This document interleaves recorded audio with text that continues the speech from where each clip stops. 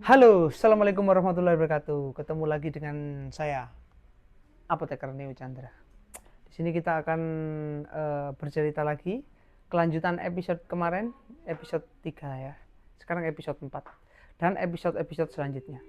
Jadi kemarin itu kan waktu saya bercerita tentang dosennya yang sering cerita.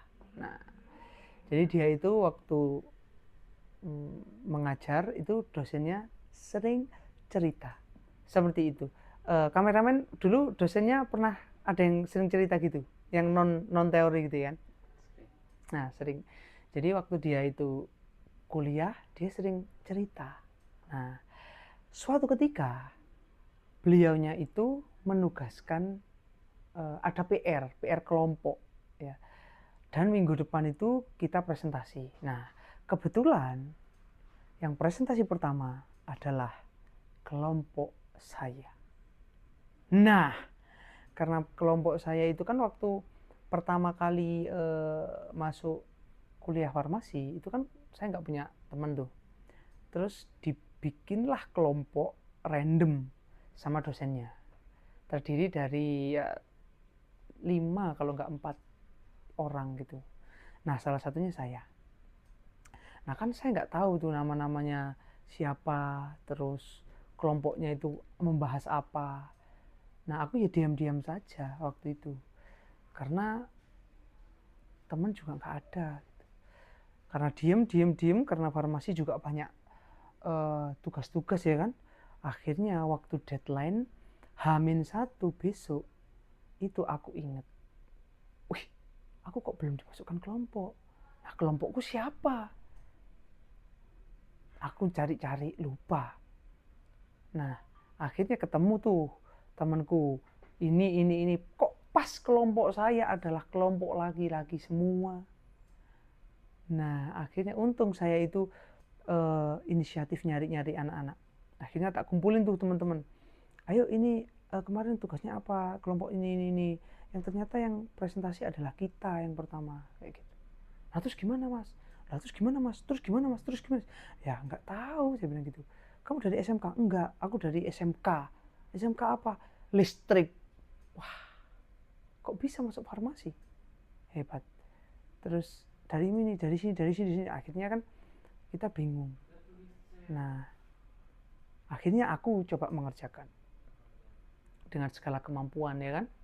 Waktu deadline besoknya kuliah pagi, tugasnya belum selesai. Apa yang saya lakukan? Kita pura-pura lupa. Dan aku bilang sama teman-teman sekelas sebelum ada apa namanya, ada dosennya itu, aku bilang, hei Rek, iki aku guru mari, engkau daripada satu kelas dimarahin, mending ikut saya aja. Nah gimana? Ada yang setuju, ada yang enggak setuju. Alah, percuma. Akhirnya dosennya datang, saya bilang gini, Bu, katanya kemarin itu dari Singapura ya. Gimana Bu di sana Bu? Nah, itu adalah tips membuat kamu selamat dalam ujian, dalam tugas-tugas. Akhirnya dosen itu bercerita dan kita diundur presentasinya minggu depan. Itu adalah tips memahami dosen. Nah, jadi setelah itu saya dinotis dan ya nilai saya baik-baik saja daripada teman-teman yang lain. Oke, kita skip yang masalah itu. Nah, sekarang masalah kelompok. Nah, kalian pasti pernah berkelompok waktu kuliah. Ya kan? Ada tugas kelompok, kelompok ini, kelompok sana, kelompok ini, kelompok sana. Dan kelompok saya itu nggak tahu kenapa selalu dapat yang cowok-cowok pemalas-pemalas. Seperti itu.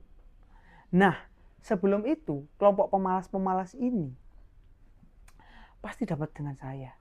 Nah, gimana saya menghandle apa namanya? Menghandle nilai kelompok saya kalau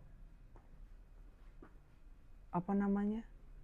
Kelompok saya ini orang yang malas-malas. Saya bakalan susah.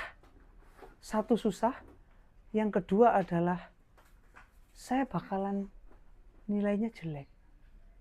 dan nggak lulus. Nah, terus gimana? Ya kan? Akhirnya saya membuat namanya grup atau gengs mahasiswa rantai karbon. Kenapa mahasiswa rantai karbon? Karena nilainya dapatnya C semua. Nah, akhirnya setiap kali pemilihan kelompok, saya itu tidak diikutkan dalam kelompok yang cewek-cewek yang pinter-pinter. Akhirnya saya di kelas itu memberikan ide. Wis, siapa yang mau ikut kelompok saya, mahasiswa rantai karbon yang tukang nyontek, silakan ikut kelompok saya. Nah, akhirnya mahasiswa males-males seperti anak dua ini itu ikut kelompok saya gitu. Jadi ikut kelompok saya dan nilainya C semua, alias bodoh. Nah, tapi nggak apa-apa. Jadi karena saya ketua mahasiswa rantai karbon, jadi saya yang mengerjakan tugas, saya yang membuat PPT, saya membuat laporan, ya kan? Waktu presentasi dari semua kelompok itu hanya saya yang bisa menjawab. Nah, jadi yang lain itu dapat C, saya dapat A. Itulah tips dan trik mahasiswa kumlot. Jadi jangan menolak mahasiswa yang nggak bisa, nggak apa-apa. Kalau yang teman-teman saya yang idealis itu, oh nggak mau sama kelompok ini, dia itu males, dia itu gini, nggak apa-apa. Jadi kalian ikut yang mahasiswa rantai karbon aja. Jadi kalau yang lain males-males, kamu menonjol sendiri. Jadi waktu ulangan kamu bisa, waktu presentasi kamu bisa, dan dinotis dosen. Jadi dosen-dosen itu, pakai ini aja, yang ini aja, ini aja, ini aja, ini aja, ini. Padahal ya biasa-biasa. Seperti itu ya, tips dan triknya. Berapa menit Mas Bet? 7 menit? Iya, kalau sudah 9 menit bilang ya Mas Bet. Nah, itu untuk masalah kelompok. Nah, sekarang untuk masalah praktikum. Nah, jadi waktu kuliah farmasi, ya suka atau tidak, ada beberapa di tempat praktikum itu yang bahan bakunya itu expired. Nah, dan expired itu tetap digunakan. Ya, waktu saya kuliah dulu itu ya kan, sudah namanya preparasi alat, kalibrasi, terus pengujian dan lain sebagainya, selalu tidak cocok. Ya kan? Habis itu kita harus membahas kenapa tidak cocok. Apakah ada kontaminan, apakah ada ini, apakah selalu tidak cocok. Ya kan? Setelah saya bekerja di industri, ya kan? Ternyata preparasinya hanya semudah itu. Gini, nggak perlu harus perfect, nggak perlu harus ini. Ternyata sudah bisa. Nah, kenapa di farmasi nggak bisa? Ternyata di farmasi bahan-bahan yang kita buat praktek ternyata expired.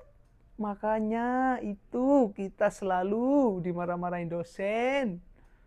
Padahal dosen sendiri itu sudah tahu bahwa kalau bahannya expired, membuat sediaan tablet, membuat preparasi tentang mikrobiologi, membuat tentang absorbansi, mengecek tentang kadar obat, kadar sediaan, ya mesti tidak cocok.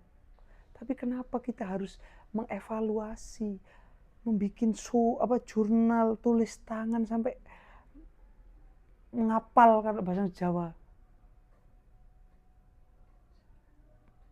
gitu. Nah, terus bagaimana trik dan tipsnya? Nah, trik dan tipsnya untuk mengakali hal-hal seperti itu saya akan bahas di episode selanjutnya, episode 4 kalau nggak 5 ya, terserah itu ya. Jadi nanti tunggu saja biar kalian bisa nostalgia perkuliahan farmasi. Oke, dadah. Assalamualaikum.